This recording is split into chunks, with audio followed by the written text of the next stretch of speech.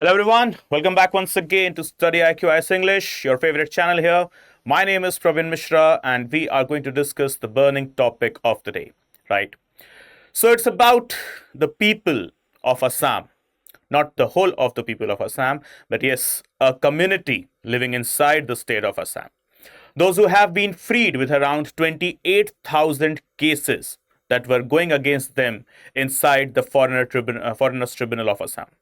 So, what is the name of the community? Who are they? What is the specific news here that we need to discuss? Okay, so here we go. So, first of all, the name of the community is Koch Rajbongshis. Okay, second, why were they caught in Assam's citizenship tangles? And third, what is the decision's political significance now? So it's about the people, the name of the community. Okay, it is Koch Rajbongshi. Okay, why was there some issue with regard to their citizenship or their actual identity? And now, what will be the political significance of the action? So, the action, that is, 28,000 cases were there, 28,000 cases, right, which have been now nullified by the state government. And now, the people, they are considered absolutely indigenous. So, here we have, it is coming from the chief minister, one of the very popular chief ministers of our country. Okay, since he has gained the position, he has been into the limelight. Okay, even though before he was the chief minister, that is Hemanta Biswa Sarma, he was before that also into the pictures, okay, of the newspapers. But yes, since he has assumed the power of the state of Assam, that is the chief minister of the state of Assam, he has been into the news, into the front lines, okay, into the headlines basically every now and then. And this time it's here again, right? So what is this? So Assam government's decision to withdraw foreigners tribunal cases against Koch Rajbongshis. And what's the whole scenario? What's the whole news? Okay, so as we can see, the first thing, earlier this month, the Assam cabinet announced the withdrawal of around 28,000 pending cases at the state's foreigner tribunals against the members of the Koch Rajbongshi community. So the quasi-judicial bodies, they are set to furnish opinion on the question as to whether a person is or not a foreigner within the meaning of the Foreigners Act of 1946. And Chief Minister Hemanta Biswa Sarma, what he has stated, that the decision was taken as the state government considered them, that is, Rajbongshis, as an indigenous community. But the problem here is about the mindset of the government, or maybe the agenda or the propaganda of the government. Now, this is what the people, they are of the opinion. Because there is something that might be not into the bucket list of the actions of the state government of Assam. And what is that? It's with regard to Article 14 of the Indian Constitution, that is, right to equality. Problem here is Rajbongshis, okay, the Koch Rajbongshis, they are not the only community inside the state of Assam, those who have been facing such type of cases against them under the, Foreigners Tribunal, and asked, and the government basically has asked the people, a good chunk of the people, that is whole of the community, to prove their actual identity and to prove their actual citizenship, right? So through the meaning of the Foreigners Act of 1946, every now and then there are n number of communities throughout our whole of India, and specifically into the states of Northeast, those who face such particular cases. So Rajbongshis, they are not the only community, that is basically. But yes, Rajbongshis, they are one such community basically right now. Those who have given the free hand, or those who have given the clean chit or the free chit from the government side, that no, you guys are indigenous, totally Indians. And here comes the second communities into the picture, specifically the Assamese Muslims. Those who are battling the same, those who are into the same problems, but their identification is yet to be done. And there are many communities, those who are identified as indigenous or Indians basically, but still their cases are ongoing inside the Foreigners Tribunal. Right? So one such here is these actions, they have led to the questions of why similar withdrawals of the cases has not been extended to other indigenous communities, that is basically the Muslim subgroups. They are also identified as indigenous. By whom? By the Assam government itself. So one side we have got the Koch Rajbongshis. They have been, very faithful here that the cases against them, they have been withdrawn. They are identified indigenous. Okay, perfect. It's a matter of joy. Here, it's a matter of triumph, basically. But what about the others? Others, specifically the Assamese Muslims, those who are already been identified as indigenous, but still not yet their cases have been withdrawn. And the major communities being, okay, so the names, they're very important, guys. The Goria, Moria, Julha, Deshi, and Sayyid. It's not Desi, it is Deshi. Okay, so how many of them? As you can see, Goria, Moria, Julha, Deshi, and Sayyid. So 5 of them in the year 2022 itself, they were identified as indigenous. Okay, but still, the cases against them inside the Foreigners Tribunal, they are not yet withdrawn. And this has led to a widespread controversy. And now it's the Assam government again, which is into, the questions of whether are they not ready to just go ahead and withdrawing the cases. And in case they are not ready, then what is actually stopping them? What is actually stopping the government? Okay, so here comes the questions of agenda and propaganda, basically, once again. So Rajbongshis, once again, I must state here that these are the communities, okay, a type of a community, basically, Rajbongshi, okay, Koch Rajbongshi, those who have ruled throughout the northeastern states, not just in India, right, but outside India as well. They came to the power in the 16th century with the Kamata kingdom. And the Kamata kingdom was basically not just in India. It was in West Bengal region. It was in our Assam region, including the areas of Bihar and Meghalaya. But apart from these states of India, we have to see the other territories as well. That is Bhutan, Nepal, Bangladesh, as well as Myanmar. These communities, they were having their hold there as well. And now they are, okay, thankfully, they are getting their actual rights. Okay. But the question remains with the other Moria, Choria, Julha, Deshi, and Sayyid communities, those who are belonging to the Muslims or those who are belonging to the other religion. Okay, so why are they not yet identified? Okay, what's the reason? So dear Assam government, we need to take actions for the other communities as well. And yes, a grand salute for you guys, okay, for the Assam government once again to provide, okay, the people relief from the pending cases. Okay, so but yeah, the other people, they also need justice and they also deserve justice. So on the other side, please to serve the justice to those communities as well. So here, talking about who are basically the Koch Rajbongshi. Okay, so basically, as I stated, they rose to power during the time period of 16th century, and the specific areas, okay, being Assam, West Bengal, parts of Bihar, Meghalaya, along with the cross-border states, that is other countries, that is Bangladesh, Nepal, and Bhutan, which reflected the geographical spread of the kingdom. So you can understand Nepal, Bhutan, Bangladesh, Bihar, Assam, West Bengal, Meghalaya, a big region, this particular kingdom, that is the Kamata kingdom, they were covering. And specifically, the kingdom was dominated by whom? It was Koch Rajbongshis, right? So here, in Assam, the community has a significant presence, a good amount of population, okay? And specifically the regions of Golpada, and apart from that, it was Dhubri, South Salmara, Mankachar, and Bongaigaon. Along these locations, the other location as well, that is Koch Rajhar. And in 2020, given their dominant presence in some region, the state government also created the Kamatpur Autonomous Council.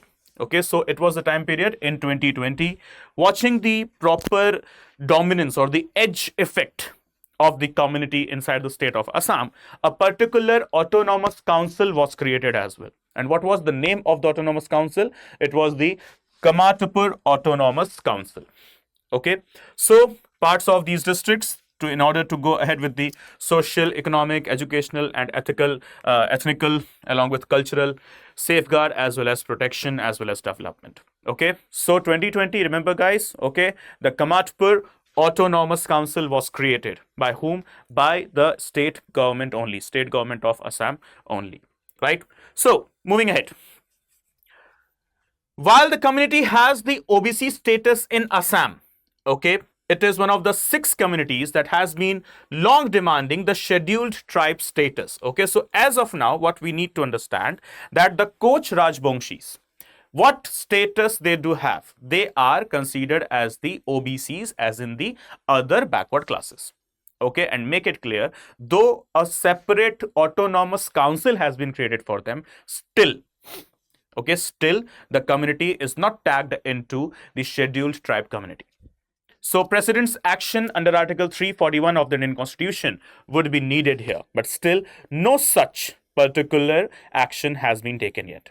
And one thing that we must quote here, 11 years back, when Prime Minister Modi, he was contesting for his first ever Lok Sabha elections, okay, at that time when he reached for the campaigning in Assam, he met the representatives of the Koch Rajbongshis community.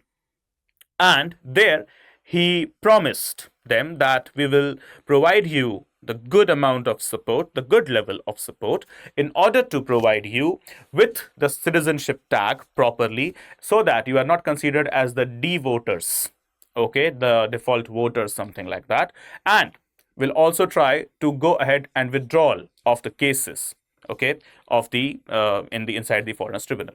So for which the very same particular act has been performed, okay, by the state government of Assam, that is also coming from the very same party, that is BJP itself. So basically 11 years old promise or the commitment given during the campaigning of the elections by Narendra Modi has been completed by Hemanta Biswa Sharma inside the state of Assam. Okay, unfortunately the other communities, they are willing for the very same support itself, but yeah, no such support so far has been given. Let's hope for the best. Okay, maybe Mr. Prime Minister or maybe Mr. Chief Minister would be considering them as well, and we shall get the news in the upcoming future soon, right? But yeah, we shall hear soon, but not yet. They are still battling the same, okay, but the triumph is going just to the Koch Rajbongshis now. Okay, so now this brings us to the discussion, what do we understand by this particular thing, that is autonomous district councils? How do we define ADCs, okay, with regard to our questions what we can have? So ADCs, they are defined under the 6th schedule of the Indian Constitution, 6th schedule being Article 244 Clause 2 and 275 Clause 1. Okay, so when you have to mark the 6th schedule, you can just note down, okay, it will be Article 244 Clause 2, along with that we have got Article 275 Clause 1. Okay, so